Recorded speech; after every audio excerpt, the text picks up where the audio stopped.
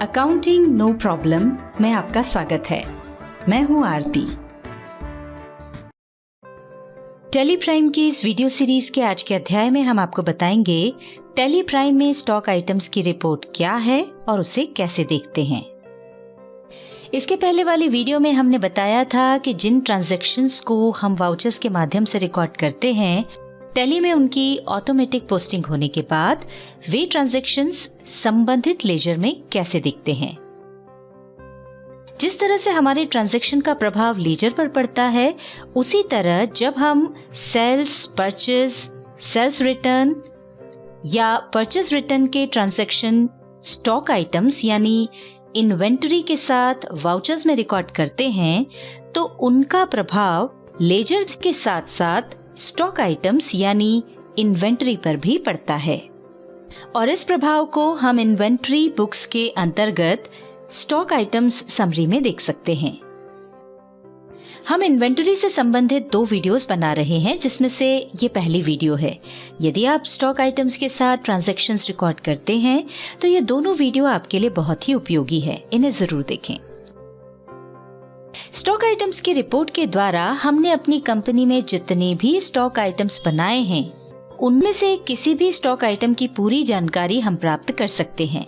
जैसे कि stock items का ओपनिंग बैलेंस क्या था, किससे कितना माल खरीदा, किस भाव में खरीदा, किसको कितना माल बेचा, किस भाव में बेचा, अभी हमारे पास कितना माल शेष है, इत्यादि। तो आइए शुरू करते हैं आज का अध्याय। अभी हम गेटवे ऑफ टेली पर हैं। यहाँ से हमें रिपोर्ट्स के अंतर्गत डिस्प्ले मोर रिपोर्ट्स पर जाना होगा। उसके लिए डी प्रेस करेंगे। अब इन्वेंटरी बुक्स के लिए आई प्रेस करेंगे। अब स्टॉक आइटम्स के लिए फिर से आई प्रेस करेंगे। देखिए यहाँ पर एक लिस्ट दिखाई पड़ रही है, जिसमें हमने जितने भी स्टॉक आइटम्स बनाए हैं उन सभी के नाम दिखाई पड़ रहे हैं। आप जिस स्टॉक आइटम की डिटेल्स चाहते हैं उसके नाम का पहला अक्षर टाइप करें। जैसे हमने ओनिडा टीवी 20 इंचेस के लिए ओ टाइप किया। ऐसा करते ही इस अक्षर से शुरू होने वाले जितने भी नाम होंगे वो सभी हाईलाइट हो जाएंगे। अब अप या डाउन एरो की से उस पर जाकर एंटर प्रेस करें। एंटर प्रेस करते ही स्टॉक आइटम मंथली समरी की स्क्रीन आ गई है। इसमें सबसे ऊपर की ओर आप स्टॉक आइटम्स का नाम और रिपोर्ट का पीरियड देख सकते हैं। यदि पीरियड चेंज करना हो तो F2 की सहायता से कर सकते हैं। पर्टिकुलर में सबसे ऊपर ओपनिंग बैलेंस है। यदि हमने स्टॉक आइटम क्रिएट करते समय कोई ओपनिंग बैलेंस डाला होगा या पिछले साल का कोई ओपनिंग बैलेंस होगा, तो यहाँ पर उसकी क्वांटिटी और वैल्यू दिखाई पड़ेगी और इसके बाद महीनों के हिसाब से पूरे फाइनेंशियल ईयर की रिपोर्ट दिखाई पड़ रही है। आप जिस माह की रिपोर्ट देखना चाहते हैं उस पर जाकर एंटर प्रेस करें।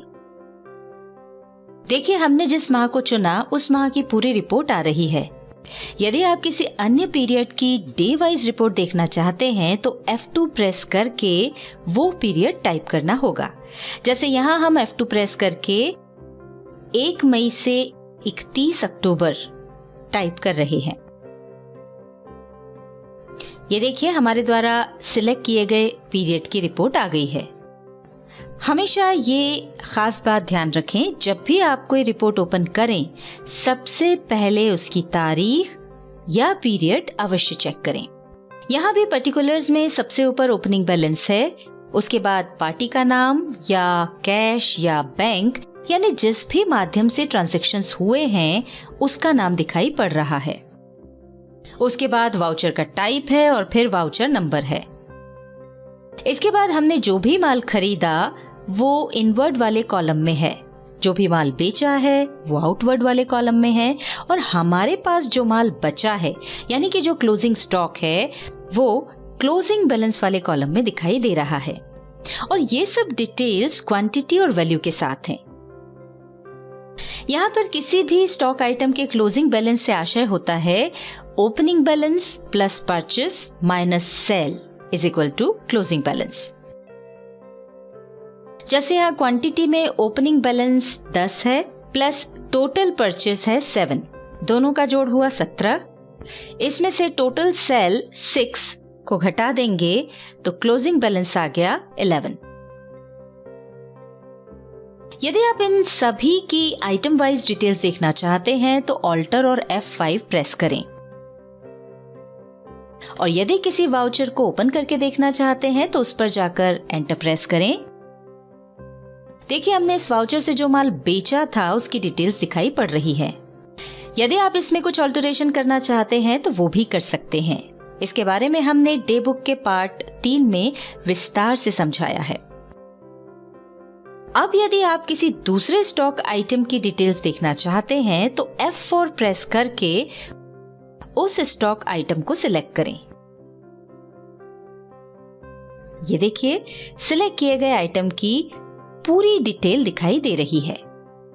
यहाँ आप देख सकते हैं हमने जो परचेज रिटर्न की थी, जिसके लिए हमने डेबिट नोट वाउचर बनाया था, वो इन वर्ड्स में माइनस के निशान के साथ दिखाई पड़ रही है।